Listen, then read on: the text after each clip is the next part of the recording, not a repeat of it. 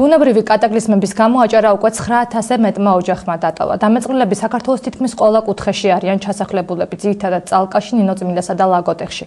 ეკომიგრანტები ეთნიკური უმცირესობების წარმომადგენლების, სომხების, ბერძნების და აზერბაიჯანელების მიერ მიტოვებულ სახლებში შეასახლეს, თუმცა მათთვის წლებია საცხოვრებლების საკუთრებაში არ გადაუციათ. ძველი მფლობელის დაბრუნების შემთხვევაში ნაწილი შესაძლოა საცხოვრებლის გარეშეც კი დარჩეს. ამას ემატება უმუშევრობა, ტრადიციის მოშლა, ეთნიკური და რელიგიური კონფლიქტები, ეკომიგრანტების უკან დაბრუნების ტენდენცია.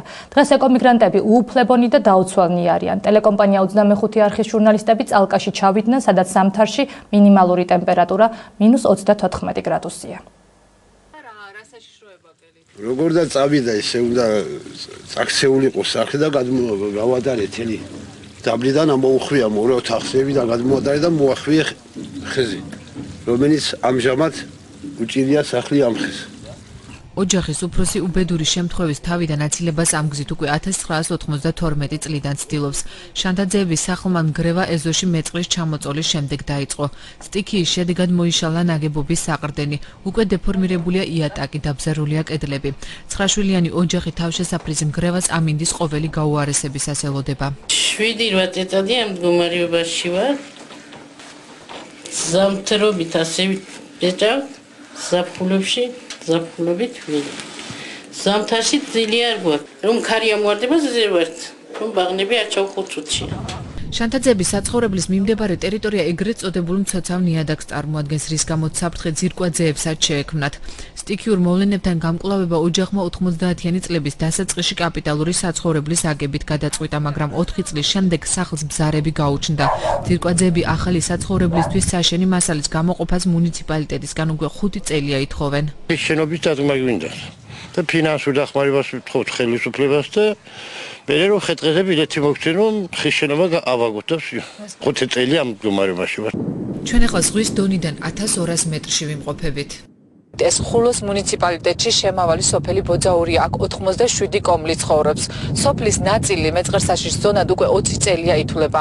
10 ოჯახმა ტერიტორია უკვე დატოვა, 3 კი განსახლებაზე უარს აცხადებს.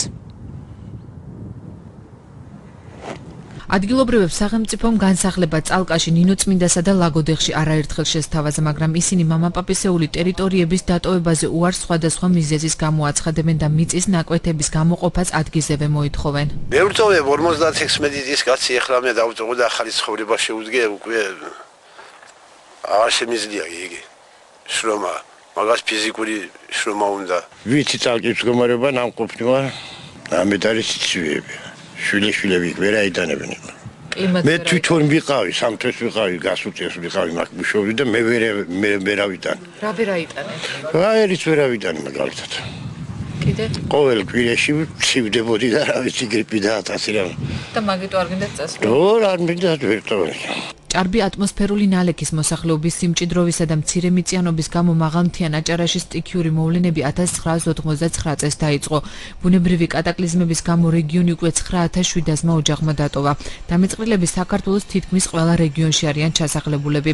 1800-მდე კოლმა კი თავი წალკაში აფარა. წალკა საქართველოს სამხრეთით თბილისიდან 100 კილომეტრში მდებარეობს. ადგილობრივ მოსახლეობას სომეხი, ბერძენი და აზერბაიჯანელები წარმოადგენენ. მათი ნაწილი საცხოვრებლად სამშობლოში გადავიდა. დატოვებული 571 სახლი კი საქართველოს ტოლვილთა და განსახლების სამინისტრომ შეიძინა და იქ ეკომიგრანტები ჩაასახლა, თუმცა მათთვის საცხოვრებელი საკუთრებაში დღემდე არ გადაუცია. სახლი რა მდგომარეობაში დაგვხდათ? სახლი იყო განადგურებული და მე გავარემონტე და შევედი და ვცხოვრობ. არავით არის დახმარება და არავით არის არაფერი. თქვენი სახსრებით გაარემონტეთ? ჩემი სახსრებით. რა დაგიჩნდათ ახლა? დაახლოებით 1500 ლარამდე დამიჯდა რა რემონტი და იგი. რამდენია თქვენი ყოველთვიური ან ყოველწლიური შემოსავალი? ყოველწლიური მაქსიმუმი 2500-ზე ზევით არ წავა, არავითარ შემთხვევაში. ეს საიდან არის თქვენი შემოსავალი? კარტოფილს ვთესავთ, პროდუქტი საქონლით და აეგა, მეტი არაფერი არა. შემისყიდეს, მაგრამ დღემდე ჩემი საკუთრება არ არის. ალბათ იმას ვადები აქვს მისი და იქნება დრო, ყოველი პერიოდი რომ დამირეგისტრირებ. ანუ 5 წელი აქ ცხოვრობ და საერთოდ საკუთრება არ არის. საკუთრება არ არის შეჯერებაში. არ ვიცი, მაგრამ ვადები აქვს გარკვეული, ადრე მე მგონი იყო 4 წელი თუ 5 წელი, ახლა გაიზარდეს ვადა და ჯერჯერობით დარეგისტრირებული ჩემზე არ არის. მიღებული არ არის ჯერ კიდე გადაწყვეტილება. კანონი არ არის იურიდიული კანონი, ტოლვის სამინისტროს ჩვენი პრეროგატივა არ არის მაგი, მაგალითად ტოლვის სამინისტროს პრეროგატივა და მიიღებენ ახლოხანში გადაწყვეტილებას და თეულს დაუკანონდება ალბათ ეს სახლები. არა, სახლი არის ტოლვითა სამინისტროს, კერძო საკუთრება ტოლვითა სამინისტროს შესახლებულია ეროზირებული პიროვნება შეგნით. ხო და იმას არავითარი საფრთხე არ ემუქრება. და ამ ადამიანს შეუძლია ეს სახლი გაარემონტოს, გაყიდოს, მცხოვრებლებს. არა, გაყიდვა არ შეუძლია, გაყიდვის უფლება არა, მის საკუთრება ხომ არ არის ეს. შეუძლია მიამატოს ან რაღაც გააკეთოს. ნებართვის გარეშე ვერ.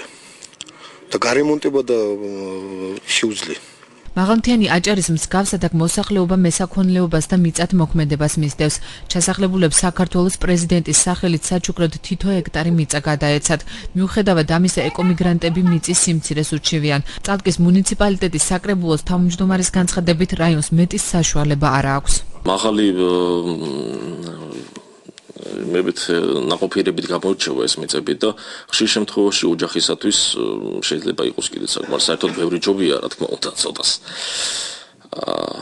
გარდა ამისა, სახელმწიფო საკუთრებაში არსებული მიწის царელი ფართობები იჯარით აქვს, გარკვეულ ნაწილს მოსახლეობის აღებული დამუშავებენ და მოყავთ დოვლათი. არ გვაქვს ჭალები. აქ ჭალები აღებული აქვს არენდატორებს.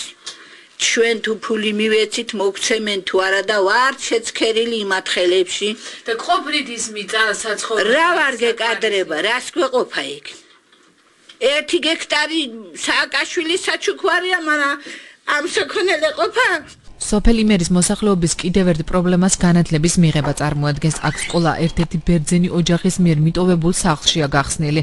ბავშვებს დაწყებითი განათლების მისაღებად შესაბამისი პირობები არ აქვთ. სოფლელი ბიჭი ვიყავი, ჭილოფის ქუდი მეხურა, დელოზე წამოვწვებოდი და ოცნებობდი ლეხურად. დაფა კარგები არ გვაქვს, დაფები. არ წერს.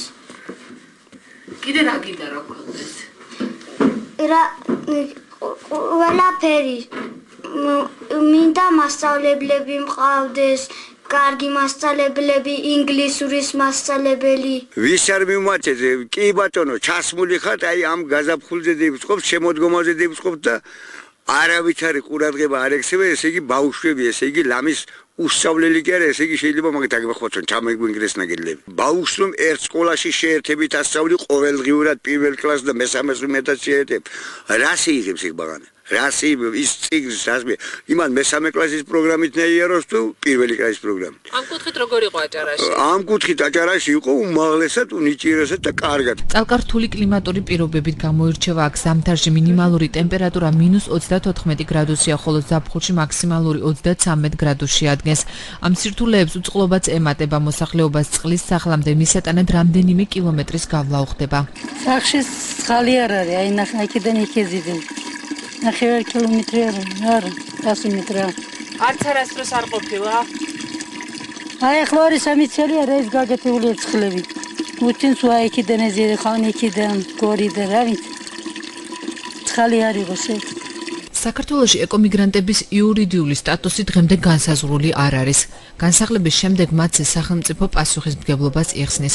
ქვეყანაში არ მოქმედებს სპეციალური პროგრამა, რომელიც ადგილმონაცვლე პირების სოციალურ-ეკონომიკურ მდგომარეობას გააუმჯობესებს.